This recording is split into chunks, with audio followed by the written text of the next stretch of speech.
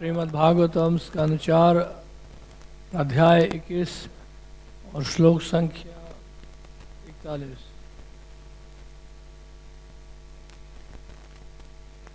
अश्नाति अनन्तः खलु तत्त्वकोविदै श्रद्धा उत यत् मुखे इज्यनामभिः न वै तथा चेतनया बहिः कृते उत अशने पारमहंसया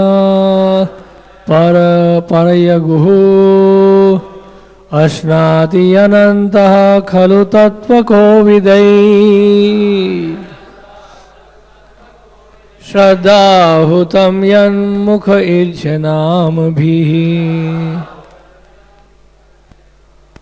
न वै तथा चेतनया बहिष्कृते उताशने पारमहंसया परयगुः।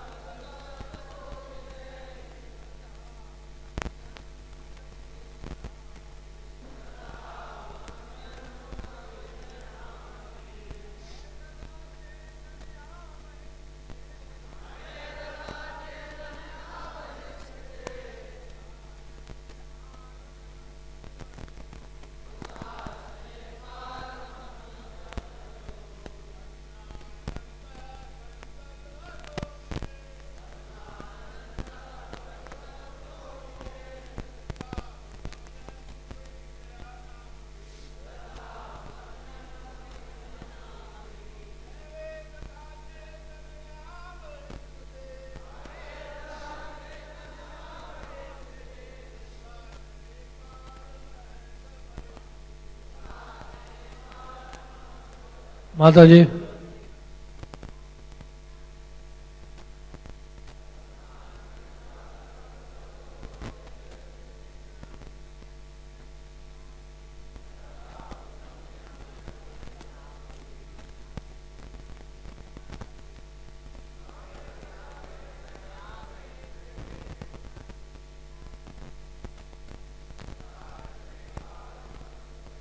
अश्नाति खाता है, अनंतः भगवान, खलु तो भी, तत्व को विदयी परम सत्य को जानने वाले व्यक्ति, श्रद्धा विश्वास, उत्तम अग्नि में आहुतियां देने, अग्नि में आहुतियां देना, यह मुखे जिसका मुख ईज्य नाम भी विभिन्न देवताओं के नाम से, न कभी नहीं, वही निश्चय ही, तथा उसी तरह चेतनया जीवन शक्ति से बही ही कृते विलक किया जाकर उद अश्ने यज्ञ अग्नि में पारम हंसया भक्तों का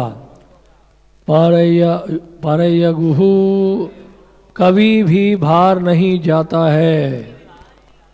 अनुवाद और तात्पर्य श्रील प्रभुपाद के द्वारा। यद्यपि भगवान अनंत विभिन्न देवताओं के नामों से अग्नि में अर्पित हवियों को खाते हैं, किंतु वह अग्नि के माध्यम से खाने में उतनी रुचि नहीं दिखाते जितनी कि विद्वान साधुओं तथा भक्तों के मुख से भेंट को स्वीकार करने में, क्योंकि तब उन्हें भक्तों की संगति त्यागनी नहीं होती। तात्पर्य सुनिए। वैदिक आदर्शों के अनुसार अग्नि यज्ञ विभिन्न देवताओं के नामों पर भगवान को भोजन प्रदान करने के लिए किया जाता है। अग्नि यज्ञ करते समय मंत्रों में स्वाहा शब्द का उच्चारण किया जाता है, यथा इंद्राय स्वाहा, आदित्याय स्वाहा। ये मंत्र इंद्र, आदित्य जैसे विभिन्न देवों के नाम पर भगवान को प्रसन्न करने के लिए उच्चारित किए जाते हैं, क्योंकि भगवान का कथन है, नाहम तिष्ठामि वैकुंठे योगी नाम हृदय शुभा तत्र तिष्ठामि नारद यत्र गायन्ति मद्भक्तः। ना मैं वैकुंठ में हूँ ना योगियों के हृदय में हूँ, मैं वहाँ रहता हूँ जहाँ मेरे भक्त मेरी लीलाओं की महिमा का गान करते हैं। ये समझना चाहिए कि भगवान अपने भक्तों का साथ नहीं छोड़ते। अग्नि जीव शून्य है, किंतु भक्त तथा ब्राह्मण परमेश्वर के सजीव प्रतिनिधि हैं। अतः ब्राह्मणों तथा वैष्णवों को खिलाने का अर्थ है प्रत्यक्ष भगवान को खिलाना। अतः यह निष्कर्ष निकला कि अग्नि में आहुति डालने की अपेक्षा मनुष्य को चाहिए कि ब्राह्मण तथा वैष्णवों को भोजन दें, क्योंकि वह विधि अग्नि की यज्ञ के अपेक्षा अधिक प्रभावशाली है। इस सिद्धांत का प्रत्यक्ष उदाहरण अद्वैत प्रभु ने प्रस्तुत किया। जब उन्होंने अपने पिता का श्राद्ध उत्सव किया तो सबसे पहले उन्होंने हरिदास ठाकुर को बुलाकर उन्हें भोजन दिया। ये प्रथा है कि श्राद्ध कर्म के बाद किसी उच्च ब्राह्मण को भोजन दिया जाए, किंतु अद्वैत प्रभु ने सबसे पहले हरिदास ठाकुर को भोजन दिया, जिनका जन्म एक मुसलमान परिवार में हुआ था। अतः हरिदास ठाकुर ने अद्वैत प्रभु से पूछा कि वह ऐसा कार्य क्यों कर रहे हैं जिससे ब्राह्मण समाज में उनकी स्थिति बिगड़ जाए। अद्वैत प्रभु ने उत्तर दिया कि हरिदास ठाकुर को भोजन देकर वह लाखों उच्च कोटि के ब्राह्मणों को भोजन दे रहे हैं। वह इस बात के लिए किसी भी विद्वान ब्राह्मण से बात करने के लिए तैयार थे और ये सिद्ध करना चाहते थे कि हरिदास ठाकुर जैसे शुद्ध भक्त को भोजन देकर वह उतना ही आशीष प्राप्त करते हैं जितना कि हजारों विद्वानों ब्राह्मणों को भोजन कराने से। यज्ञ करते समय लोग आहुति डालते हैं, किंतु यदि वैष्णवों को ये आहुतियाँ दी जाएं तो निश्चय ही वह अधिक प्रभावशाली होंगी। ओम अज्ञानतिमिरान्धस्य ज्ञानाञ्जनशलाकया चक्षुरुन्मीलितं येन तस्मै श्रीगुरवे नमः। श्रीचैतन्यमनोभीष्टं स्थापितं येन भूतले स्वयं रूपा गदा मह्यं ददाति स्वपदान्तिकम्। वाञ्छाकल्पतरुभ्यश्च कृपा सिन्धुभ्यैव च पतितानां पावनेभ्यो वैष्णवेभ्यो नमो नमः। जय श्री कृष्ण चैतन्य प्रभु नित्यानंद श्री अद्वैत गदाधर शिवासादि गौर भक्त वृंद। हरे कृष्ण कृष्ण कृष्ण हरे हरे, हरे राम राम राम हरे हरे। यद्यपि भगवान अनंत विभिन्न देवताओं के नामों से अग्नि में अर्पित हवियों को खाते हैं, किंतु वह अग्नि के माध्यम से खाने में उतनी रुचि नहीं दिखाते जितना कि विद्वान साधुओं तथा भक्तों के मुख से भेंट को स्वीकार करने में, क्योंकि तब उन्हें भक्तों की संगति त्यागनी नहीं होती।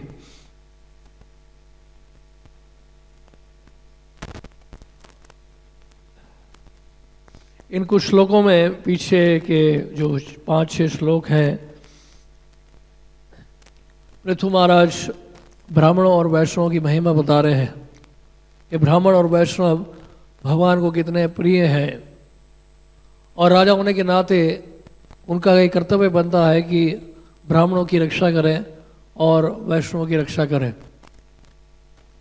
और ब्राह्मणों और वैष्णवों के माध्यम से समाज में ज्ञान दिया जाए, यज्ञ किया जाए, तपस्या करवाई जाए, और इस तरह से प्रजा का पोषण हो। तो प्राचीन समय में जो राजा होते थे इसलिए वो राज ऋषि होते थे। एवं परंपरा प्राप्तम इमम राज ऋषियो विदुः। तो ये राजा जो ऋषि होते थे वो ब्राह्मणों की सेवा करते थे और वैष्णवों की सेवा करते थे। ब्राह्मण ही राजा को चुनते थे। पृथु महाराज को भी ब्राह्मणों ने ही चुना और ब्राह्मणों ने ही शाप देकर राजा बेन को समाप्त किया। तो ब्राह्मणों के पास इतनी शक्ति थी, अपने मंत्र उच्चारण से और राजा को खत्म भी कर सकते थे, और अपने ही मंत्र और उच्चारण से वो किसी राजा को राज सिंहासन में बिठाते थे। तो ये जो प्रजातंत्र है आज के समय में, ये वास्तव में इतना लाभदायक है नहीं, क्योंकि राजा और प्रजा दोनों ही अयोग्य है। इसलिए समाज में कभी शांति हो ही नहीं सकती है। तो जो प्रजातंत्र अगर होना भी चाहिए, तो श्रील प्रभुपाद कहते हैं कि डेमोक्रेसी की अगर आवश्यकता है भी, तो it should be qualified democracy. Qualified democracy का मतलब ये है कि योग ब्राह्मण और वैष्णव जो हैं वो राजा को चुनते हैं, और फिर राजा का कर्तव्य होता है कि ब्राह्मणों के आदेशानुसार उनके सुझाव से यज्ञ किया जाए, प्रजा का मार्गदर्शन हो और समाज में दिव्य ज्ञान का वितरण हो।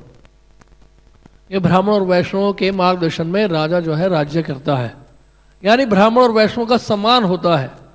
इसी तरह से हम देखते हैं कि द्वारका में भी जब सुदामा जी आए भगवान कृष्ण के पास सहायता के लिए, तो ब्राह्मण को, सुदामा जी को किसी ने रोका नहीं, किसी द्वारपाल ने रोका नहीं कि सिक्योरिटी गार्ड है, पहले वो सारा फिक्सिंग करेगा और चेकिंग करेगा और सारा सामान चेक किया जाएगा, उसके बाद ही अंदर भेजेंगे।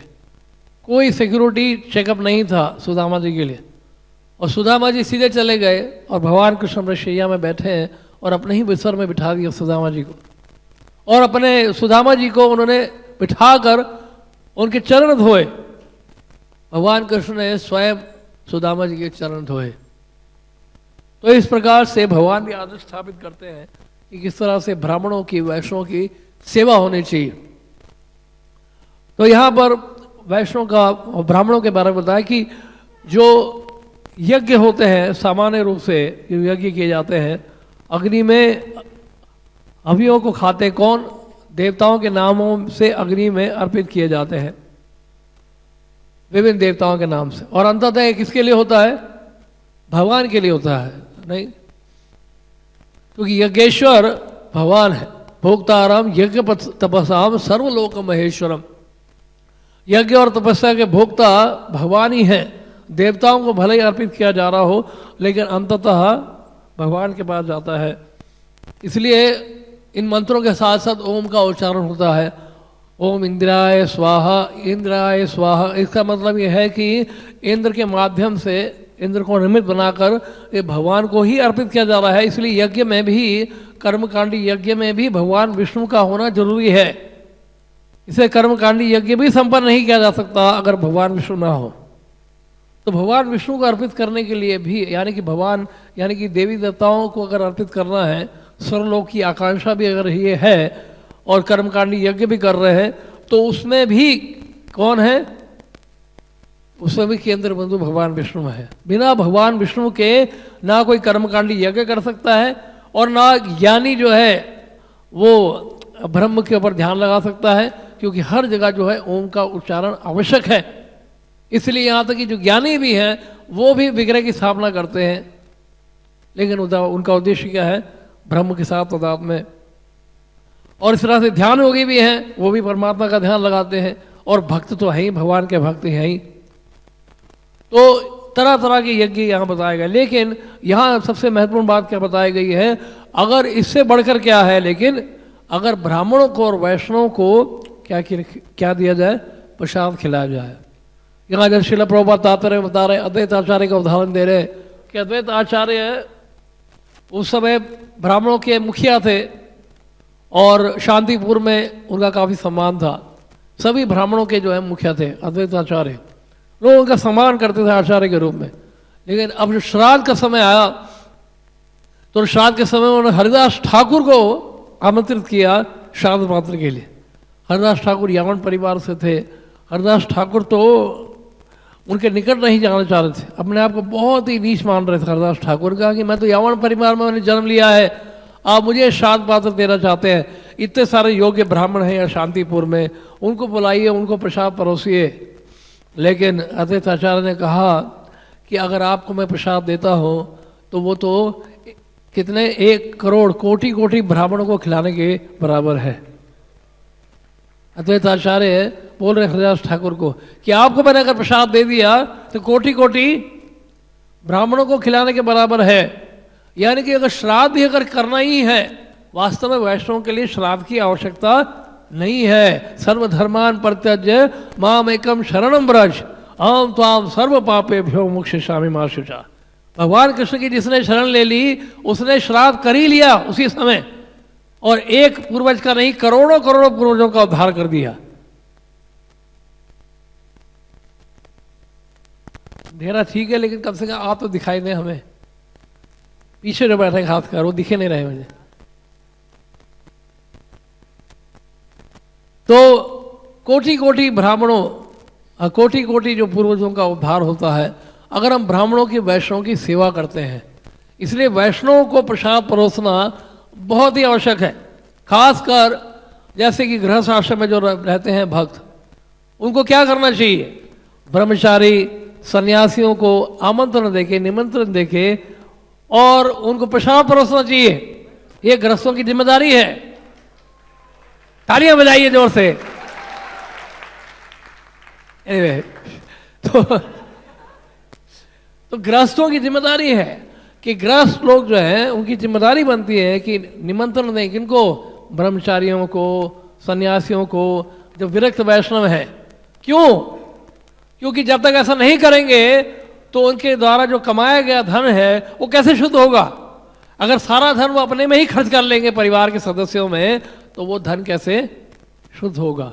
इसलिए यज्ञ, दान, तपस्या, भगवान गीता में कह रहे हैं इसको कभी भी नहीं त्यागना चाहिए, कभी भी नहीं त्यागना चाहिए।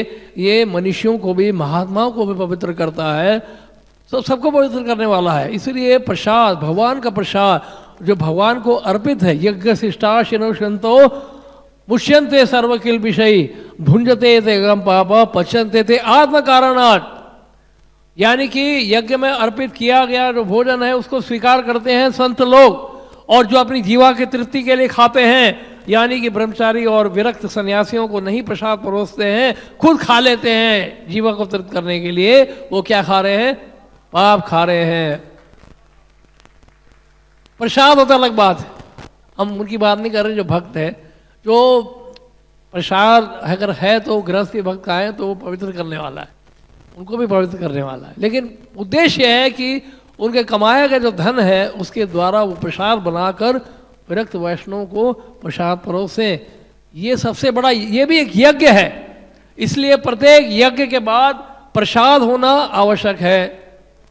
और प्रसाद में कौन आएंगे? वैष्णव आएंगे, ब्राह्मण आएंगे। लेकिन अभी तो तालियां बजी, आप पता नहीं, हो सकता है गालियां भी सुनने को मिले। लेकिन ये है कि अगर ब्राह्मणों को प्रसाद परोसना आवश्यक है, लेकिन प्रसाद के लिए, सुस्वादिष्ट व्यंजन के लिए ब्राह्मण जो है घर घर ना भटके। जीवार लाल से इति उति धाय, शिष्णोद प्रायण कृष्ण नहीं पाए। ये भी महाप्रभु का वाक्य है रघुनाथ दास गोस्वामी को, कि जीवा की लालसा के लिए कोई इधर उधर भागता है तो वो कृष्ण को नहीं पा सकता। कि आज इसलिए भक्तिविनोद ठाकुर ने 1885 में सदन चौशरी में लिखा कि कुछ वैष्णव एकत्रित होते हैं तथाकथित नदी के, गंगा जी के तट पर, और सब लोग एकत्रित होकर फैसला करते हैं कि आज हम इस घर में जाएंगे, आज इस घर में जाएंगे, वहाँ मालपुआ मिलेगा, वहाँ लुच्ची चूनी पूड़ी मिष्टी दवाई संदेश मिलेगा, और साथ में वहाँ दक्षिणा भी मिलेगी, वहाँ चलते हैं। भक्तिविनोद ठाकुर ने लिखा 1885 में, आपको दिखा देंगे, उनकी पत्रिका में लिखा हुआ है। तो फिर भक्तिविनोद ठाकुर कहते हैं लेकिन ऐसे जो तथाकथित वैष्णव हैं जो इसी उद्देश्य से जाते हैं कि वहाँ पर सुस्वादिष्ट व्यंजन मिलेगा और दक्षिणा मिलेगी, तो वो वैष्णव नहीं माने जाएंगे, वो कर्मकांडी हो जाते हैं। ऐसा भक्तिविनोद ठाकुर का मत है। ठाकुर भक्तिविनोद ने लिखा है, 1885 में लिखा है पत्रिका में। So called Vaishnavas are actually not Vaishnavas, but they are कर्मकांडीज। ये क्या करें? अभी बात तो सही है, जो बताना पड़ेगा, क्योंकि यहाँ पर उसी की चर्चा हो रही है। तो इसलिए प्रसाद ब्राह्मणों को, वैष्णव को खिलाना अच्छी बात है, वो सबसे बड़ा यज्ञ है, वो सबसे ज़्यादा प्रसन्न करेगा भगवान को। लेकिन ब्राह्मण जो है इसके लिए लालायित ना हो, उसका शिकार ना करें। ब्राह्मण वैष्णव का शिकार ना करें कि कहाँ हमें सुस्वादिष्ट व्यंजन प्राप्त होगा, प्रसाद मिलेगा। क्योंकि ब्राह्मण के लिए केवल प्रसाद पाना ही सबसे बड़ी जिम्मेदारी नहीं है। प्रसाद, ब्राह्मण का प्रसाद ग्रहण करना ही सबसे बड़ी चिंता नहीं होनी चाहिए। कि ब्राह्मण का सबसे बड़ी जिम्मेदारी है, कर्तव्य है यज्ञ करना, यजन यादन पठन पाठन दान प्रतिग्रह, यानी कि यज्ञ करना, संकीर्तन यज्ञ करना। इसलिए ब्राह्मण जब तक संकीर्तन ना कर ले उसे प्रसाद ग्रहण नहीं करना चाहिए, यज्ञ ना कर ले जब तक। इसलिए प्रातःकाल 9 बजे तक जो कार्यक्रम होता है वो यज्ञ ही कर रहे हैं हम लोग। हमारे पास कोई अग्नि तो है नहीं, ना यहाँ अग्नि जलाने की कोई व्यवस्था है, गाय का घी मिलता नहीं है, ना हमारे पास इतने पवित्र ब्राह्मण है कि वैदिक मंत्रों का उच्चारण करें। हम सब यहाँ सब बैठकर संकीर्तन करते हैं विग्रह के सामने, और 9 बजे सुस्वादिष्ट गरम गरम हमें प्रसाद मिलता है। यज्ञ करने का फल है ये। तो पहले यज्ञ करना पड़ेगा। ऐसा तो कभी आपने सुना नहीं होगा कि 4:30 बजे ब्रेकफास्ट होगा, उसके बाद मॉर्निंग प्रोग्राम शुरू होगा। नहीं, पहले यज्ञ करो फिर 9 बजे जाओ प्रसाद पाने। तो इसी तरह से संकीर्तन यज्ञ प्रभुपाद ने इसलिए कहा कि ग्रंथों का वितरण करें, यह यज्ञ है, यह संकीर्तन यज्ञ है, सबसे बड़ा यज्ञ। जब संकीर्तन यज्ञ में भाग लेंगे और वापस आएंगे सूर्यास्त के बाद मंदिर में आएंगे तो आपको सुस्वादिष्ट गाजर के हलवे का प्रसाद मिलेगा, गरम गरम, वो भी निश्चित रूप से मिलेगा। इसलिए भक्त लोग जानते हैं कि गरम गरम जब प्रसाद मिलता है, खासकर मैराथन का इंतजार इसलिए करते हैं कि मैराथन में मेहनत जब करते हैं तो कुछ एक्स्ट्रा सुस्वादिष्ट प्रसाद मिलता है। आपको अधिकार है उसका, आपको हक है लेने का, क्योंकि आपने क्या किया है, संकीर्तन किया। तो संकीर्तन यज्ञ जब किया जाएगा, उसमें जब भाग लिया जाएगा तो आपको भरपूर मात्रा में जो है प्रसाद ग्रहण करने का मौका मिलेगा। लेकिन अगर यज्ञ के बिगाड़ ले लेंगे, बिना यज्ञ किए, बिना संकीर्तन किए, बिना प्रचार किए, तो जो प्रसाद पा रहे हैं वो बहुत भारी पड़ेगा, बहुत भारी पड़ेगा। चैतन्य भागवत में श्रील भक्ति सिद्धांत सरस्वती ठाकुर ने भागवत के, चैतन्य भागवत के तात्पर्य में लिखा है। उन्होंने क्या लिखा है देखिए, भक्ति सिद्धांत महाराज कहते हैं जो भी 64 माला नहीं करते हैं वो भगवत प्रसाद लेने में उनको बाधा आएगी, भगवत प्रसाद ग्रहण करने में उनको बाधा आती है। किनको? जो 64 माला का जप नहीं करते। अब एक बार हमारे गुरु महाराज ने पूछा, किसी ने पूछा हमारे महाराज कि महाराज बताइए कि कुछ लोग तो 64 माला करते हैं, हम तो नहीं करते 64 माला। तो महाराज ने कहा कि आप 16 माला करो सुबह और 8 घंटे सेवा करो, वो 64 माला के बराबर है। यानी कि जब हम 8 घंटे सेवा करेंगे, संकीर्तन में जाएंगे, तब उसके बाद जब प्रसाद ग्रहण करेंगे तब कोई बाधा नहीं आएगी, कहने का तात्पर्य है। तो इसलिए ये संकीर्तन करना अति आवश्यक है। श्रील प्रभुपाद ने इसलिए ग्रंथों के वितरण पे इतना अधिक जोर दिया है। यज्ञ दान तपस्या कभी भी हमें त्यागना नहीं चाहिए। अब जैसे कि हम देखते हैं, नारद जी को देखते हैं, नारद जी कैसे बने? क्योंकि पहले तो वो उपभरण से गंधर्व थे और प्रजापतियों ने शाप दे दिया था, क्योंकि जब उनको संकीर्तन के लिए इनविटेशन मिला तो उन्होंने जाके क्या किया, वहाँ पे मूवी सॉन्ग्स गाना शुरू कर दिया, यानी कि सांसारिक गाना शुरू कर दिया। तो प्रजापतियों ने कहा कि ये क्या बकवास हो रहा है? तो प्रजापतियों ने शाप दिया, जाओ शूद्र परिवार में जन्म लो। और उपभरण को फिर शूद्र परिवार में जन्म लेना पड़ा, दासी पुत्र बने वो। और नारद जी ने क्या किया, लेकिन उन 4 महीनों में, चातुर्मास्य में, वो जो 4 संत महात्मा आए थे, भक्ति वेदांत प्रभुपाद कहते हैं, 4 भक्ति वेदांत आए थे, उन भक्ति वेदांतों की सेवा की। किसने? नारद जी ने। और नारद जी ने क्योंकि उनकी सेवा की, उनको प्रसाद खिलाया, उनसे कथा श्रवण किया और उनका क्या किया, उनकी अनुमति से उच्चिष्ट ग्रहण किया, महाप्रसाद। उससे क्या हुआ, वो नारद जी बन गए। उपभरण जो है उनको नारद जी का स्वरूप प्राप्त हो गया। बताइए क्या पावर है। देखिए, केवल एक वैष्णव का उच्चिष्ट महाप्रसाद ग्रहण करने मात्र से उनको सर्व सिद्धि प्राप्त हो गई।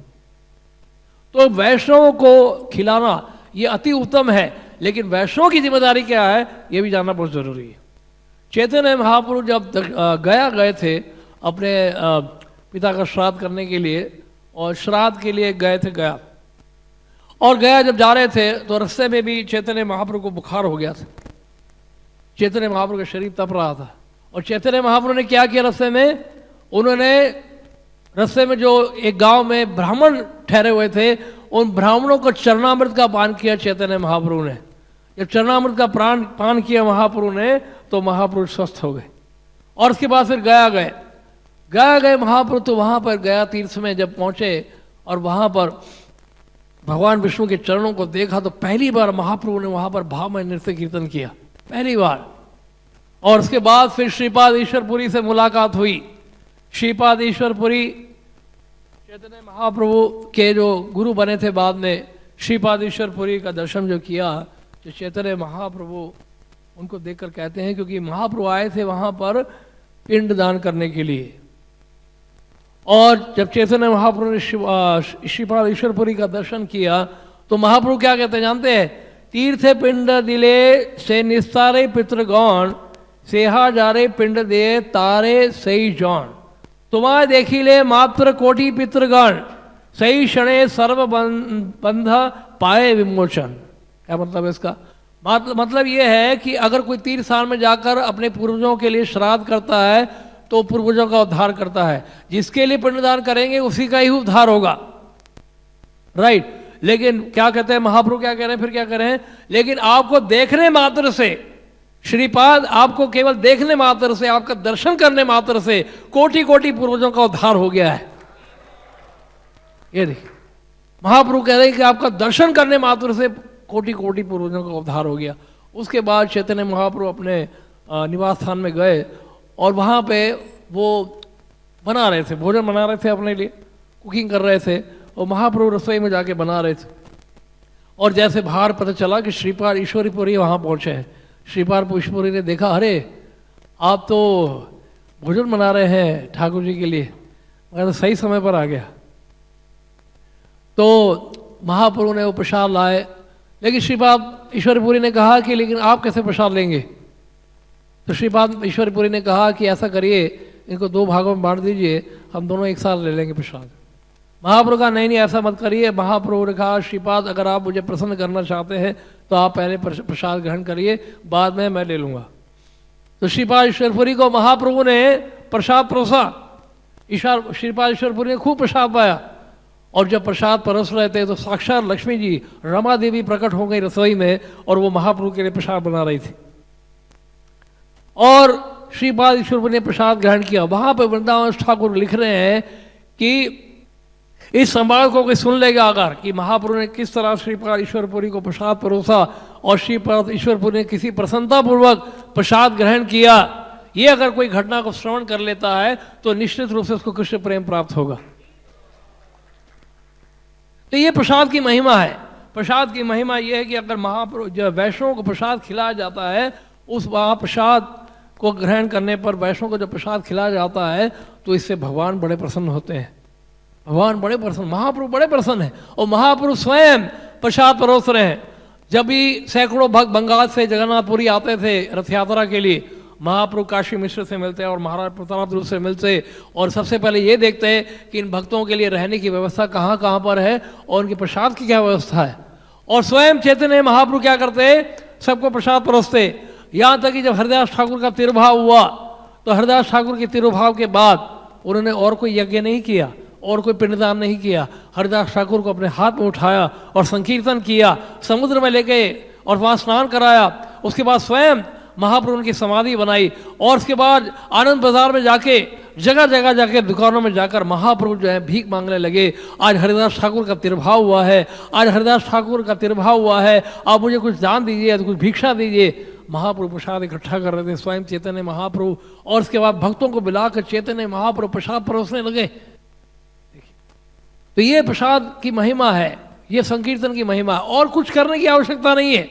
समाज में रहने के कारण, सोशल कस्टम के कारण कई बार हम लोग श्राद्ध कर लेते हैं समाज में रहने के कारण, लेकिन वास्तव में देखा जाए भक्तों के लिए ये सब आवश्यक है ही नहीं।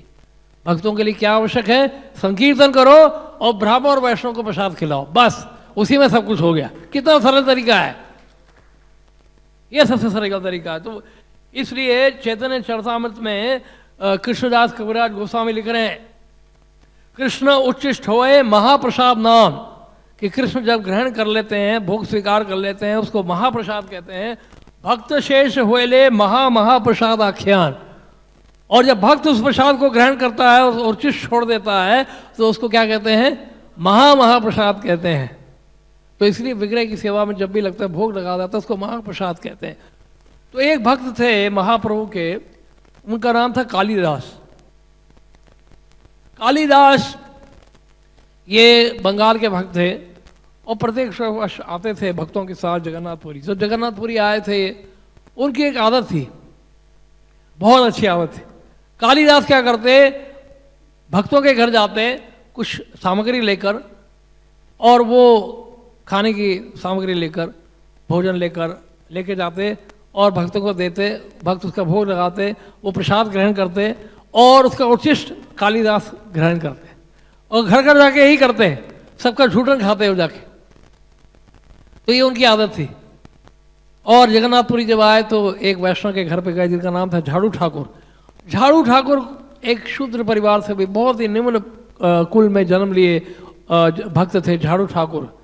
तो झाड़ू ठाकुर तो उनके घर पे जब गए तो झाड़ू ठाकुर को दंडवत प्रणाम किया और कालिदास ने कहा कि मेरी आपसे एक प्रार्थना है, आपका चरण धूलि देंगे, मैं मस्तक पे लगाना चाहता हूँ। झाड़ू ठाकुर ने कहा ऐसा मत करिए, मैं बहुत निम्न कुल में जन्म हुआ है मेरा, ये मुझे पाप लगेगा, मैं बहुत गिरा हुआ हूँ, आप तो उच्च कोटि के वैष्णव हैं। तो कालिदास उसके बाद जब वापस जाने लगे तो झाड़ू ठाकुर कुछ देर के लिए चल के आए थे कुछ दूरी तक। तो कालिदास ने क्या किया, वहाँ ज़मीन पर धूली थी, चरण धूली थी झाड़ू ठाकुर की, वो लेकर अपने मस्तक पे लगाया। और वो क्या लेके आए थे, आम लेके आए थे। किसके लिए, झाड़ू ठाकुर के लिए। केले के पत्ते के अंदर बंद करके आम लेके आए और दिया उन्होंने।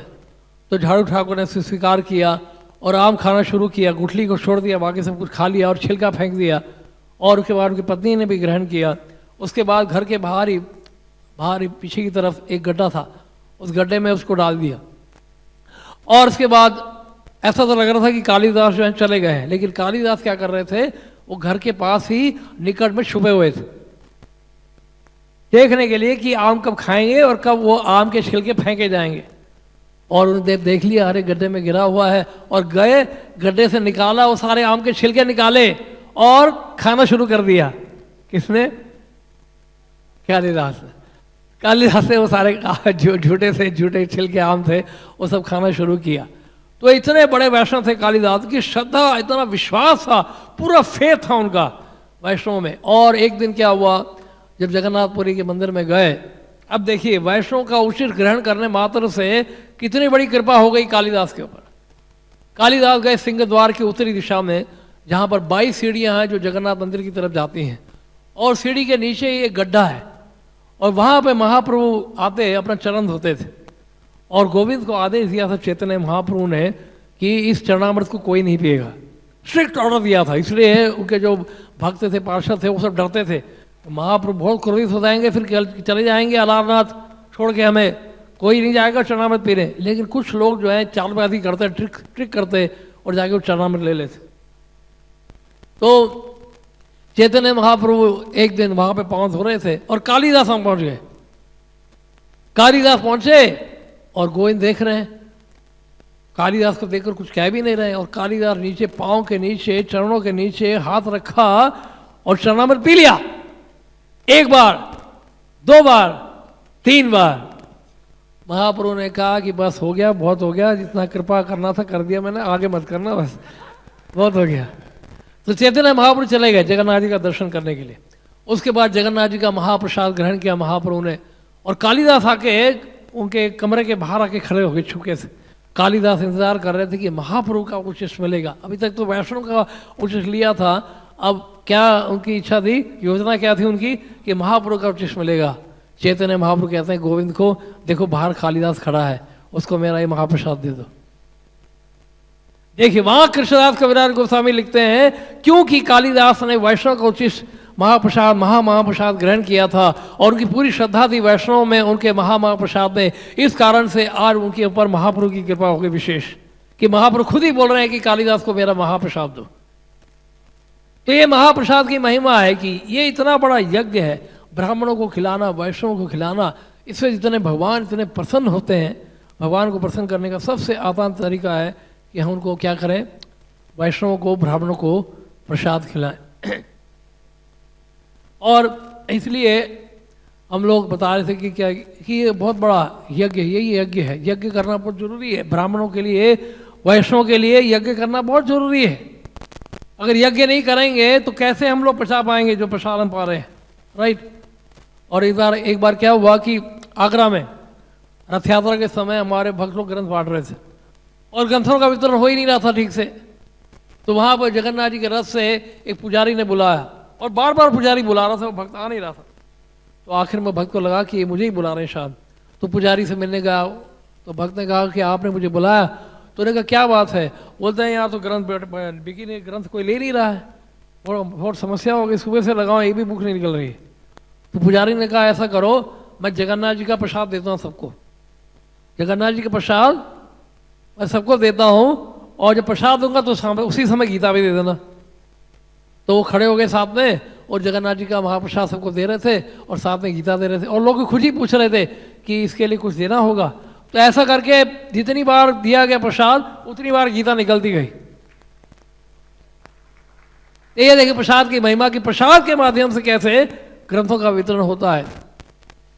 तो ये इसलिए बहुत जरूरी है कि डिवोटी समझें कि हम लोगों को ये ग्रंथों के वितरण में लगना जरूरी है संकीर्तन में, क्योंकि संकीर्तन कर रहा है जो इस यज्ञ में लग रहा है उसी को प्रसाद ग्रहण करने का अधिकार है, याद रखना चाहिए हमें। तो एक बार की बात है कि खैर थोड़ा प्रसाद से हटके, लेकिन संकीर्तन का ही ये कथा है, बहुत सुंदर कथा है। एक बार भक्त गए ग्रंथों का वितरण करने के लिए और दो व्यक्ति थे, शराब पिए हुए थे, नशे में थे खूब, और उनको ग्रंथ दिखाया, लीजिए आप गीता लीजिए। तो उन्होंने कहा कि नहीं नहीं हमें नहीं चाहिए, ऐसा कहने लगे। तो इन्होंने कि बोले कहा कितने का है? वो 100 रुपये का है। बोलते हैं कृष्ण ने तो अर्जुन को गीता फ्री में सुनाई थी। एक व्यक्ति ने कहा, वो जो पिया हुआ था, उसने क्या बोला, कृष्ण ने तो अर्जुन को गीता फ्री में सुनाई थी और आप पैसे ले रहे हो। तो भक्त बेचारा सोचने लगा क्या बोलूँ मैं।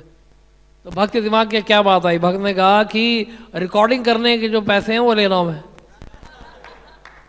रिकॉर्डिंग करने के कितने पैसे हैं? 100 रुपये है। अच्छा, तो फिर उसके बाद बोला, तो दूसरा जो व्यक्ति था बड़ा बुद्धिमान था, उसने कहा 100 रुपये तो तुमने दे दिए, लेकिन तुम भी बुद्धू हो। अरे 5000 साल पहले कौन सी रिकॉर्डिंग कंपनी थी उस समय? अभी तो रिकॉर्डिंग कंपनी है, सोनी है, वगैरह वगैरह है। उस समय कौन सी रिकॉर्डिंग कंपनी थी? ये झूठ बोल रहा है ये। बात तो सही है भाई, इधर आओ। ए पंडित, झूठ बोलते हो, 100 रुपये ले गए मुझसे, 5000 साल पहले कौन सी कंपनी थी? बताओ बताओ। बोलते हैं ये 5000 साल पुरानी कंपनी है, सबसे पुरानी कंपनी है पूरे संसार की। ये देखो किताब के नीचे क्या लिखा है, BBT। BBT ये सबसे पुरानी कंपनी है, 5000 साल पहले की कंपनी है और तब रिकॉर्डिंग हो गई थी। बोलते हाँ यार ये तो बात बिल्कुल सही, इतनी पुरानी कंपनी है, 5000 साल पुरानी कंपनी, कमाल हो गया यार। तो फिर उसने किताब फिर ले ली, तो ले ही रही थी फिर। तो इस तरह से भक्त लोग जो है बड़े चतुर होते हैं, और अगर प्रसाद आप ठीक से लेंगे तो बुद्धि मिलेगी आपको, और बुद्धि को आप इस्तेमाल करेंगे संकीर्तन में, ठीक है। और जब संकीर्तन करेंगे तो फिर प्रसाद मिलेगा आपको, और संकीर्तन करते हुए भी आपको प्रसाद मिलेगा, वहां पहुंच जाएगा प्रसाद। हमारे साक्षी माता प्रभु बहुत सुस्वादिष्ट व्यंजन प्रसाद, कल क्या पहुंचाया था आपने? खिचड़ी पहुंचाया था। उससे पहले क्या पहुंचाया था? छोले भटूरे पहुंचाया। और क्या पहुंचाया आपने? मैक्रोनी पहुंचाया। देखिए कितना सारा पब्लिसिटी कर रहे हैं, मैक्रोनी मिलेगा आपको, छोले भटूरे मिलेंगे। तो जाइए, इस बहाने जाइए संकीर्तन में कि दोपहर में 2 बजे 1 बजे ठीक वहां साक्षी माता पहुंचेंगे छोले भटूरे के साथ गरम गरम। तो भक्तों का जीवन में और कुछ नहीं है, भक्त लोग तो चाहते हैं कि संकीर्तन करें और 2 टाइम फर्स्ट क्लास प्रसाद मिल जाए, और कुछ नहीं चाहिए भक्तों को अपने लाइफ में। तो इसलिए पृथ्वी महाराज का आदेश है कि ब्राह्मण और वैष्णव को प्रसाद खिलाया जाए, लेकिन ब्राह्मणों को भी चाहिए कि वो भी यज्ञ में भाग लें। हरे कृष्ण।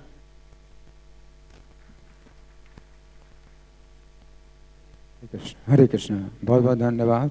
तो आज के इस श्लोक में जो पृथु महाराज बता रहे हैं कि जो ब्राह्मण हैं, वैष्णव हैं, ये भगवान के मुख होते हैं।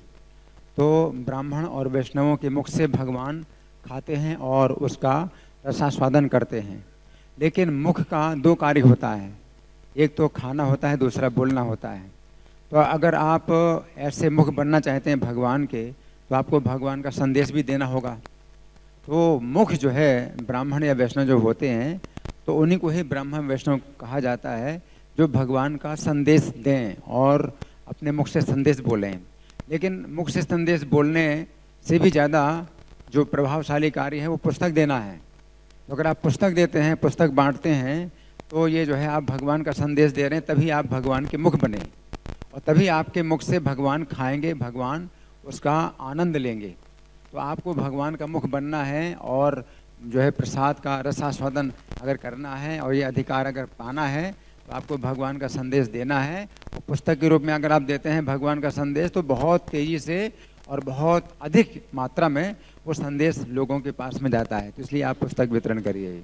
हरि बोल।